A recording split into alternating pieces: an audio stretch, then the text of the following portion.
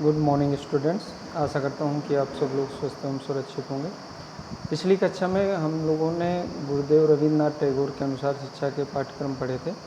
आज हम उन्हीं के आगे उनके अनुसार शिक्षा का पाठ्यक्रम पढ़ेंगे। तो गुरुदेव रविन्द्रनाथ टैगोर ने उस समय के पाठ्यक्रम को दोषपूर्ण माना है, क्योंकि उनका ये मानना था कि उस समय का जो पाठ्यक्रम था वो दोषपूर्ण था और वो मानव के सर्वांगीण विकास पर बल नहीं देता था। चूँकि रविन्द्रनाथ टैगोर जी ने बालक के तीनों पक्षों प्राकृतिक, सामाजिक और आध्यात्मिक तीनों प्रकार के विकास पर समान रूप से बल दिया है, तो इनका ये मानना है कि उस समय का पाठ्यक्रम जो था वो बालक के इन तीनों पक्षों के विकास में प्रभावी नहीं था। अब यहाँ पर ये तीन प्रकार के जो विकास इन्होंने बताए हैं, प्राकृतिक, सामाजिक और आध्यात्मिक। प्राकृतिक से आशय यहाँ पर क्या है? प्राकृतिक से आशय ये है कि चूँकि आप मानते हो कि रविन्द्रनाथ टैगोर जी प्रकृतिवादी विचारक भी माने जाते हैं, तो उनका ये मानना है कि हर बालक की अपनी प्रकृति होती है, तो उसकी प्रकृति के अनुसार उसको विकसित होने के अवसर मिलने चाहिए। तो उस समय का जो पाठ्यक्रम था बालक को उसकी प्रकृति के अनुसार विकसित होने का अवसर नहीं देता था। हर बालक अपने आप में विशिष्ट होता है और उस समय के पाठ्यक्रम में इस बात को पर बल नहीं दिया जाता था। दूसरा, सामाजिक।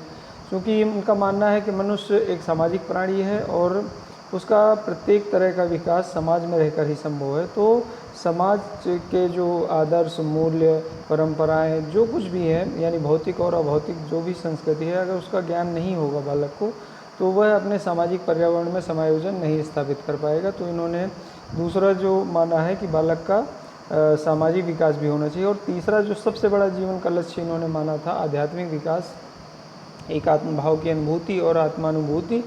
तो इनका ये मानना है कि जो शिक्षा का पाठ्यक्रम है ये तीनों बालक के तीनों पक्षों का विकास करे, और इसके लिए इन्होंने क्रिया प्रधान पाठचर्या पर बल दिया है।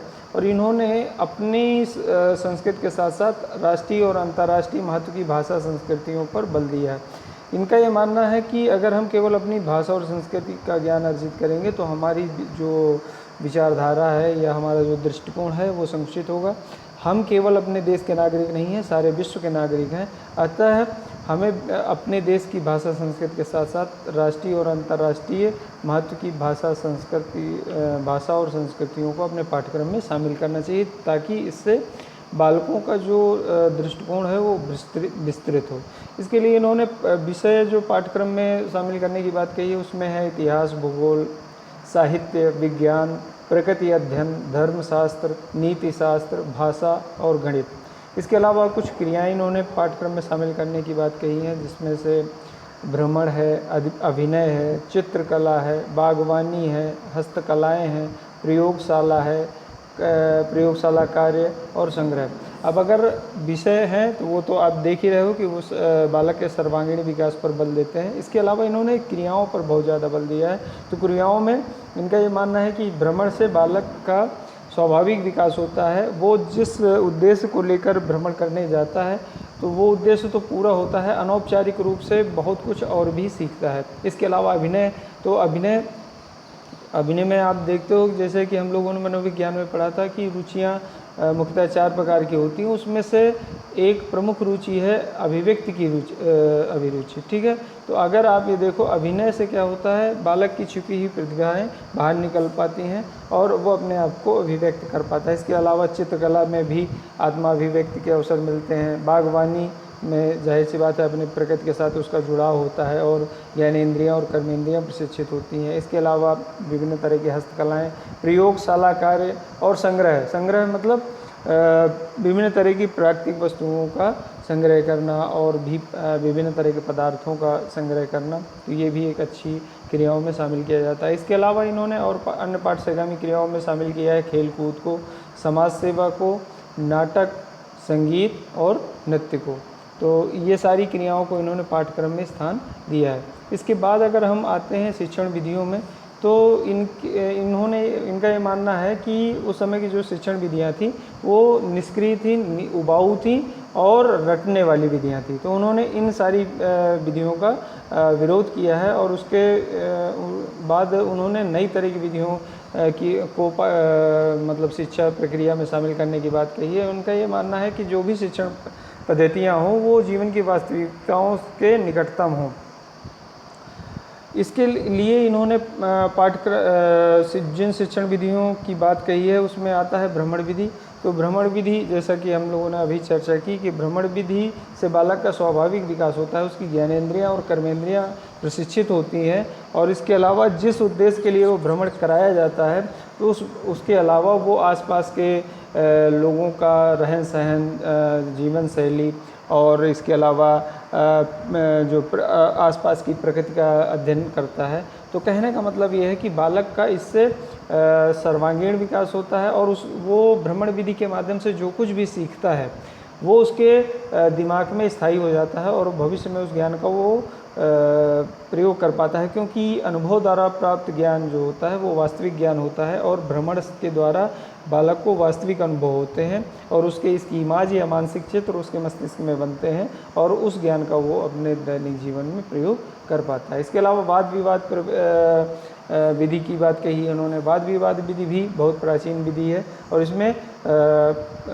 किसी एक टॉपिक सेलेक्ट किया जाता है और उसके अंतर्गत पक्ष और विपक्ष में वाद विवाद होता है, तो इसके माध्यम से भी बालक का विकास होता है। इसके अलावा प्रश्नोत्तर विधि है, मतलब इसमें प्रश्नोत्तर विधि में पाठ का विकास प्रश्न और उत्तर के माध्यम से विकास किया जाता है। इसके माध्यम से इसमें कभी शिक्षक प्रश्न पूछता है, छात्र उत्तर देता है, कभी छात्र के मन में कोई जिज्ञासा होती है तो वो शिक्षक से प्रश्न पूछता है और अपनी जिज्ञासा को शांत करता है। इसके अलावा क्रिया विधि, क्रिया विधि कोई अलग विधि नहीं है, सीधी सी बात है, वो विधि है जिसमें क्रिया के माध्यम से बालक सीखे। इसके बाद आते हैं अनुशासन पे। तो अनुशासन में इन्होंने दमनात्मक अनुशासन का विरोध किया है, और सबसे अच्छा अनुशासन आत्मानुशासन माना है, और इसके लिए इन्होंने शिक्षकों पर बहुत बल दिया है। इनका ये मानना है कि शिक्षक को आदर्श आचरण प्रस्तुत करना चाहिए छात्र के सामने, और छात्र उसका अनुकरण करके उसको अपने व्यवहार में शामिल करेगा, अपने व्यवहार में लागू करेगा, और धीरे धीरे आत्मानुशासित हो जाएगा। इसके अलावा शिक्षक पे अगर देखें तो शिक्षक के बारे में इनका ये मानना है, जैसे अन्य प्रगतिवादियों को हम देखते हैं तो शिक्षक को बहुत महत्वपूर्ण स्थान नहीं देते, लेकिन इन्होंने शिक्षक को महत्वपूर्ण स्थान दिया है, क्योंकि अगर आप देखें तो इनकी विचारधारा में आपको आदर्शवाद की भी झलक मिलती है। तो जाहिर सी बात है इन्होंने शिक्षक को स्थान दिया है, और इनका ये मानना है कि वास्तविक शिक्षक वही है जो बालकों को शिक्षा प्रदान करने के साथ साथ स्वयं भी निरंतर ज्ञान की खोज में लगे रहे।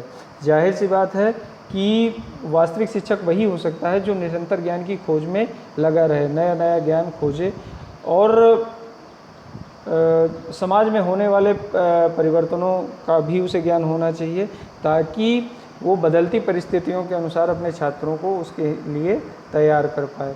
तो जाहिर सी बात है, ये कहा जाता है कि जो भरा हुआ दीपक होता है वही जलता है। तो अगर शिक्षक अच्छा शिक्षण करना चाहता है तो उसे निरंतर ज्ञान की खोज में लगा रहना चाहिए, निरंतर उसे अध्ययन करना चाहिए। फिर इसके बाद आते हैं स्त्री शिक्षा के बारे में। इनका ये कहना है कि स्त्री और पुरुष दोनों समाज के विभिन्न मतलब अभिन्न अंग हैं, और दोनों का समान महत्व है, इसलिए इन्होंने स्त्री शिक्षा का समर्थन किया है, क्योंकि ये मानना है कि कोई भी समाज तभी आगे बढ़ सकता है जब स्त्री और पुरुष दोनों समान रूप से शिक्षित हों। तो आज की कक्षा में हम लोगों ने रविन्द्रनाथ टैगोर पढ़ लिया। अगली कक्षा में हम लोग एक नया टॉपिक शुरू करेंगे। आशा करते हैं कि आज तक अभी तक जो भी आपने इस टॉपिक में हम लोगों ने अध्ययन किया है वो आप लोगों को आसानी से समझ में आ गया होगा। फिर भी अगर किसी छात्र को कोई समस्या हो तो वो मुझसे संपर्क कर सकता है। धन्यवाद। आपका दिन शुभ हो।